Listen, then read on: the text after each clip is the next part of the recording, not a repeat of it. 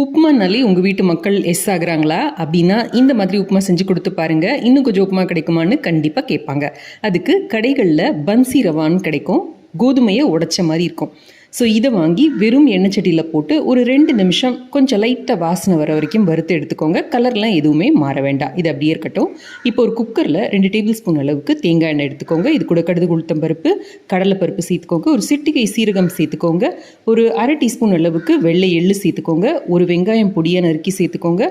பச்சை மிளகாய் காரத்துக்கு 2 3 சேர்த்துக்கோங்க. கொஞ்சமாக கருவேப்பிலை, கொஞ்சம் இஞ்சி சேர்த்துட்டு நம்ம வறுத்து வச்சுருக்கிற அந்த கோதுமை ரவையும் சேர்த்து தேவையான அளவு உப்பு போட்டு நல்ல ஒரு பெரட்டி கொடுத்துட்டு 1 கப்பு கோதுமை ரவாக்கு 3 கப் அளவுக்கு தண்ணி விட்டு 2 விசில் ஹை ஃப்ளேமில் வச்சு எடுத்திங்கன்னா போதும், உங்களோட பன்சி ரவா உப்புமா தயார். எடுத்தோடனே ஒரே ஒரு டேபிள் ஸ்பூன் அளவுக்கு தேங்காய் எண்ணெய் விட்டிங்கன்னா நல்ல வாசனையாக இருக்கும். நல்லா கலந்து கொடுத்துட்டு லைட்டாக ஆறுனதுக்கு அப்புறமா அதில் ஒரு 2 டேபிள் ஸ்பூன் அளவுக்கு நல்ல திக்கான தயிரை விட்டு கலந்து பாருங்கள். அப்படியே அல்வா மாதிரி வழுக்கிட்டு க்ரீமியாக உள்ளே போகும் இந்த உப்புமா. கண்டிப்பாக ட்ரை செய்து பாருங்கள். தேங்காய் சட்னி, புதினா சட்னி, கொத்தமல்லி சட்னி எல்லாம் இதுக்கு அட்டகாசமான காம்பினேஷனாக இருக்கும். நான் கொஞ்சம் குழவா வேணுங்கிறதுக்காக 1க்கு 3 தண்ணி வச்சுருக்கேன். உங்களுக்கு கொஞ்சம் உதிராக வேணும்னு விருப்பப்பட்டீங்கன்னா 1க்கு 2.5 தண்ணி வச்சிங்கன்னா சரியாக இருக்கும்.